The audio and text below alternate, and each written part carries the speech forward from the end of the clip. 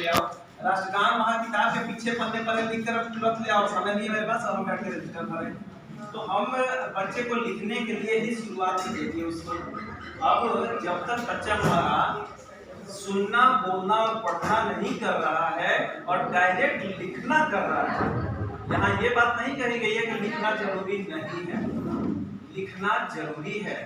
और जब हम लोग 4 खंडीय मॉडल पढ़ते हैं तो इसमें ये चारों जो चीजें हैं, मौखिक भाषा विकास यानी सुनना, बोलना, डिकोडिंग, पढ़ना और लिखना, ये चारों एक साथ चलना चाहिए। कभी भी कोई नहीं कर सकता है कि छोटे बच्चे हैं तो उनको कलम मत पकड़ाइए, पेंसिल मत पकड़ाइए। इसका मतलब ये नहीं कि उन्हें लिखना नहीं है, बच्चों को कलम पकड़ाइए, क्योंकि ये जो कलम है पकड़ने का तरीका बच्चे बचपन में ही सीखते हैं। उनकी जो ये कोमल तंतु है, जो उनकी नसें हैं, वो क्या करती हैं, वो बच्चे को कैसे कलम पकड़ना है, कैसे कॉपी पकड़ना है, कैसे बैठना है, ये सारी चीजें इसी लेखन की दक्षता के दौरान हम बच्चों को बताते चलते हैं। और शुरुआत से ही बच्चे लिखें, भले ही हम कक्षा 1 में बच्चों की टेस्ट या परीक्षा नहीं लेते, केवल मौखिक लेते हैं, लेकिन ऐसा भी नहीं कि बिल्कुल कलम ही रोक दें कि कलम नहीं पकड़ना है, कलम उसको पकड़ना है, कलम पकड़ने का ढंग उसको पता होना चाहिए।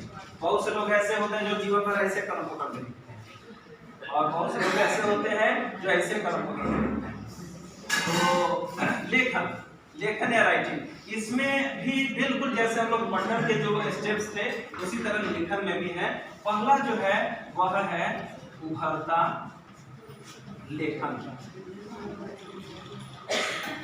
और उभरता लेखन में क्या होता है, उभरता लेखन में बच्चे सिर्फ और सिर्फ लिखने का नाटक करते हैं, लिखने का अभिनय करते हैं। अगर बच्चों के पास चौक मिल गया, प्रदीप सर, अगर बच्चों को चौक मिल गया स्कूल में तो क्या करते हैं, जगह जगह दीवार पे कुछ ना कुछ और लिख देते हैं। जगह जगह वो क्या बनाएंगे, ऐसे लड्डू बना दिए, लाइन लिख दिए, फिर वो हाथी बना दिए और उसके बाद कुछ और भी बना दिए, कुछ नहीं तो इसे खींच दिए। और अगर आप हम लोग पूछते हैं कि क्या लिखे हो, तो ये हाथी है और ये क्या है, तो ये हमारे पापा का नाम है।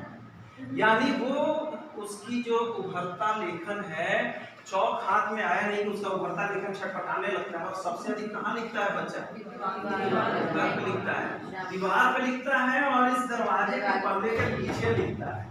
यहाँ पर हर एक स्कूल में जाकर देखिए, खिड़की के दरवाजे के पीछे पल्ले पर कुछ न कुछ उभरता लेखन का नमूना मिलेगा और वहीं पर बच्चा जाकर अपना उभरता लेखन करता है। इसका मतलब कि सिर्फ वही जानता है कि उसके पीछे उसने क्या लिखा है। तो इस उभरते लेखन में हमें बच्चों को ज्यादा से ज्यादा सपोर्ट करना है। घर में भी बहुत शानदार एक्रिलिक पेंटिंग कराएं और उसके बाद आपका बच्चा छोटा है और उसको चौक मिल गया, पेन पेंसिल मिल गया और पूरे दीवार पर अपना उभरता लेखन कर, और उसका अधिकार आपसे कहीं ज्यादा है उस पर, वो अपना उसमें पढ़ाई लिखाई पूरा अच्छे ढंग से करता है। तो चलिए, ये जो उभरता लेखन है, इसके दौरान बच्चों को सबसे अधिक सपोर्ट की जरूरत होती है। हम लोग बच्चों को शाबाशी देते हैं, बहुत अच्छा, और लिखो और लिखो, और उसे रंगीन चौक देते हैं, रंगीन पेंसिल देते हैं, स्केच पेन दे देते हैं कि हाँ इससे और चित्र बनाओ। ये भी माना जाता है कि बच्चे ज्यादा से ज्यादा, जो बच्चे अच्छा ड्राइंग बनाते हैं, अच्छा से अच्छा चित्र बनाते हैं, वो बहुत सुंदर लिखते हैं। तो ये जो उभरता लेखन है, ये रंगीन पेंसिल मिलती है तो बच्चे और लिखते हैं खुशी खुशी। हमारा उद्देश्य होता है बच्चों को कलम पकड़ने का ढंग सिखाना, बच्चे कैसे लिखें ये तरीका बताना। फिर इसके साथ हम लोग आते हैं प्रारंभिक लेखन पर। जो प्रारंभिक लेखन है, इसमें बच्चे क्या करते हैं, ठीक वही नकल करते हैं, जैसा लिखा हुआ है वो बहुत कोशिश करते हैं लिखने की।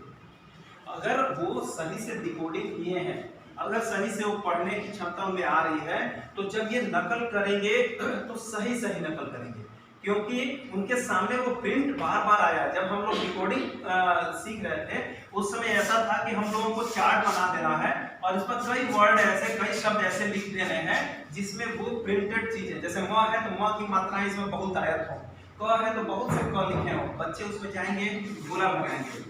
यानी वो प्रिंट की अवधारणा जो है वो क्लियर है, प्रिंट का जो कंसेप्ट है वो बच्चे के दिमाग में बैठ चुका है कि हाँ ये म है या ऐसे डिजाइन म होता है। और तब जब हम प्रारंभिक लेखन में उसे लाते हैं तो बच्चे जो होते हैं सही सही म लिखते हैं, और नहीं सीधे डायरेक्ट वो कक्षा 1 में आया और लिखने लगा ब्लैक बोर्ड पर से, किताब में से देखकर, तो हम लोग देखते हैं कि घड़ी लिखना है तो घड़ी का घ उसका ऐसे रहता है, या म लिखना है तो ऐसे लिखता है, क लिखना है तो ऐसे लिखता है, और अक्सर ऐसे होता है।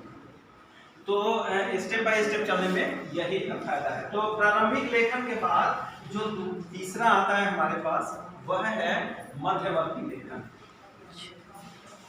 मध्यवर्ती लेखन, इसमें हमारे छोटे बच्चे होते हैं और वो छोटे छोटे शब्द लिखते हैं, छोटे छोटे वाक्य लिखते हैं, और हम जब कॉपी स्कूल का चेक करते हैं, इसीलिए कहा जाता है कि कॉपी जो है बहुत महत्वपूर्ण है चेक करना। जब कॉपी चेक करते हैं तो उनकी जो मिस्टेक्स होती है उस पर हम लोग निशान लगाते हैं, उसे बार बार कहते हैं कि ले जाओ इसको 10 बार लिख के लाओ। जैसा हम लोगों ने पठन में जो ड्रिल कराया हुआ था, कॉपी चेक करने के दौरान भी अगर किसी बच्चे में मात्रागत त्रुटियां हो गई हैं तो उसे हम लोग क्या करते हैं, बार बार उसका ड्रिल कराते हैं, कहते जाके इसको 10 बार लिख के लाओ, 15 बार, यानी कि उसकी हैबिट में आ जाए, उसकी आदत में ये आ जाए। नहीं अगर इस समय मेहनत किया गया कॉपी चेक करने के दौरान तो पूरे जीवन भर वो मात्राएं गलत ही लिखेंगे। और ये हमारे जो छोटे बच्चे हैं इन पर ये जो एक बार त्रुटि होने लगी तो जब वो बड़ी कक्षाओं में जाएगा, वहां भी लिखने के पहले सोचेगा कि छोटी की मात्रा लगेगी, बड़ी की, छोटा वो लगाए या बड़ा वो लगाए। तो मात्रागत त्रुटियां जो होती हैं इसी मध्यवर्ती लेखन के दौरान सुधारी जाती हैं। और चौथा जो होता है वह है स्वतंत्र लेखन। स्वतंत्र लेखन, ये जो स्वतंत्र लेखन है इसे हम लोग प्रवाहपूर्ण लेखन भी कहते हैं। प्रवाहपूर्ण लेखन। अच्छा, ये जो स्वतंत्र लेखन या प्रवाहपूर्ण लेखन है, इस समय बच्चे एक फ्लो में लिखते हैं। हम लोग अगर उन्हें क्वेश्चन दे देते हैं तो क्वेश्चन का आंसर वो लिख देते हैं। इसी समय श्रुति लेख होती है, डिक्टेशन, कोई एक व्यक्ति बोलता है और दूसरा उसे लिखता है, तो इसे कहते हैं स्वतंत्र लेखन या प्रवाहपूर्ण लेखन। बच्चे प्रश्नों के उत्तर जो उन्हें याद रखते हैं, स्मरण में होते हैं, उनको इसमें लिख लेते हैं। तो ये लेखन की 4 स्टेप्स हैं। और एक लेखन का स्टेप और भी है, उसे कहते हैं उच्च स्तरीय लेखन। उच्च स्तरीय लेखन, इसमें उच्च स्तरीय लेखन में जैसे हम देखते हैं कि बहुत बड़े बड़े जो कवि हैं या बहुत बड़े लेखक हैं, आजकल तो सभी कवि और लेखक हो गए हैं, तो जो बड़े अच्छे कवि और लेखक होते हैं वो उनमें प्रतिभा होती है, गॉड गिफ्टेड प्रतिभा होती है कि वो जो लिखते हैं, वो जो बोलते हैं वो बहुत ही अच्छा होता है। जैसे कि हमारे कई लोग ऐसे हैं जो शुरू से ही लिखने लगे। भारतेंदु हरिश्चंद्र को ले लीजिए, 4 या 5 वर्ष की अवस्था में ही वो दोहा करने लगे। वो इसी उच्च स्तरीय लेखन में आता है। जो वो कविताएं लिखने लगे, जो वो कविताएं बोलने लगे, तो उनका ये हाई थिंकिंग उसमें होती है। आसपास की परिवेशीय चीजों को देख करके भी वो कुछ और अनुमान लगाते हैं, कुछ और सोचते हैं और बहुत अच्छा लिखते हैं। तो ये उनकी प्रतिभा का सबूत, उनकी प्रतिभा का प्रूफ होता है उच्च स्तरीय लेखन। लेकिन स्टेप्स ये 4 ही हैं। उच्च स्तरीय लेखन किसी में गॉड गिफ्टेड होता है, वो हाई क्लास जो लिखते हैं वो है।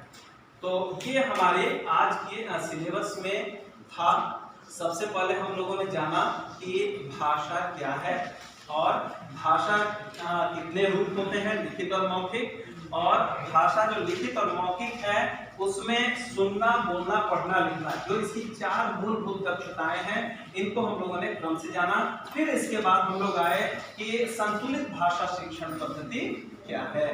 संतुलित भाषा शिक्षण पद्धति यानी जिसमें शब्दों का निर्माण कैसे होता है और अर्थ का निर्माण कैसे होता है। शब्दों की पहचान हम लोग कैसे करें, अर्थ की निर्माण हम लोग कैसे करें। जब ये दोनों आते हैं तभी जाकर के सफलतापूर्वक उसे हम लोग कहेंगे कि समझ के साथ पढ़ना। ये समझ के साथ पढ़ना तभी होगा जब शब्दों की पहचान होगी और अर्थ का निर्माण होगा। इसके बाद हम लोगों ने भाषा शिक्षण की 4 खंडीय मॉडल पर एक संक्षिप्त जानकारी साझा किया आपस में। और इसमें जो सबसे पहला खंड है वह है मौखिक भाषा विकास का। मौखिक भाषा विकास हमारी प्राथमिक कक्षाओं में सबसे अधिक जरूरी होता है, जिसमें हमारे छोटे बच्चे होते हैं उन्हें ज्यादा से ज्यादा मौका सुनने और बोलने का देना चाहिए। और उसमें हम लोगों ने कहानी को उदाहरण के रूप में रखा और कहानी के द्वारा बच्चों में तर्क शक्ति, बच्चों में कल्पना शक्ति, बच्चों में प्रश्नों के उत्तर देना, कहानी के दौरान जो हम लोग बीच बीच में प्रश्न पूछते हैं, प्रश्नों के उत्तर देने की कला आती है और फिर बच्चे उससे ज्यादा से ज्यादा सोचते हैं। तो ये उनमें मौखिक भाषा का विकास हुआ। इसके बाद हम लोग सीखे हैं डिकोडिंग पर। डिकोडिंग में हम लोगों ने जाना कि ब्लेंडिंग क्या है, वर्ण यानी कि लिखने और पढ़ने की लघुत्तम इकाई, और जो ध्वनि है वो सुनने और बोलने की लघुत्तम इकाई है, इन दोनों को मैच कराना, वर्ण को उसकी ध्वनि से मैच कराना, ये होता है ब्लेंडिंग। और फिर हम लोग वर्णों को जोड़कर बने हुए शब्दों को अगर हमारा बच्चा उच्चारण करता है तो इसे कहते हैं डिकोडिंग। केवल उच्चारण को डिकोडिंग करते हैं, अर्थ जानने की इसमें बाध्यता नहीं होती है।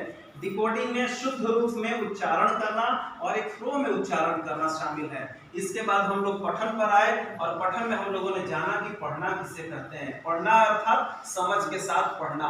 इसके लिए हम लोगों ने देखा कि जैसे बच्चों का उभरता पठन है, फिर उसके बाद प्रारंभिक और मध्यवर्ती पठन है, और आखिरी में हम लोगों ने चौथा स्टेप जाना प्रवाहपूर्ण पठन।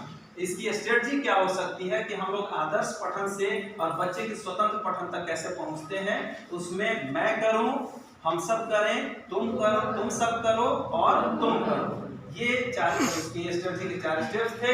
इसके बाद हम लोग सीधे लेखन पर आए और लेखन यानी राइटिंग में भी बिल्कुल यही चीजें थी। उभरता लेखन यानी बच्चों की लेखन की प्रारंभिक स्थिति। इसके बाद हम प्रारंभिक और मध्यवर्ती लेखन में जाने। प्रारंभिक लेखन में बच्चे नकल करते हैं, वर्णों को, शब्दों को देख देख के लिखने की कोशिश करते हैं। मध्यवर्ती लेखन में जब लिखते हैं बच्चे तो उसकी त्रुटियों के संशोधन के लिए हम कॉपी वगैरह जब चेक करते हैं तो मध्यवर्ती लेखन में होता है। और जब प्रवाहपूर्ण जब लेखन वो करते हैं बच्चे, या स्वतंत्र लेखन जब करते हैं तो उसमें वो दिए गए प्रश्नों का उत्तर देते हैं। और आखिरी में जो उच्च स्तरीय लेखन था उसमें हम लोगों ने जाना कि कुछ बच्चे ऐसे भी होते हैं जो गॉड गिफ्टेड टाइप होते हैं और अच्छी अच्छी कविताएं और कहानियां अपने सोच से वो लिख सकते हैं। तो ये हमारी पूरी कक्षा का सारांश रहा। विदिन टाइम हमें ये पूरा करना था और आप लोगों ने बहुत ही धैर्यपूर्वक हमारा साथ दिया। इस पूरी कक्षा के दौरान यदि हमसे कहीं त्रुटि हुई हो, कहीं मिस्टेक हुआ हो तो उसके लिए हम क्षमा प्रार्थी हैं। आप सब लोगों को बहुत बहुत धन्यवाद।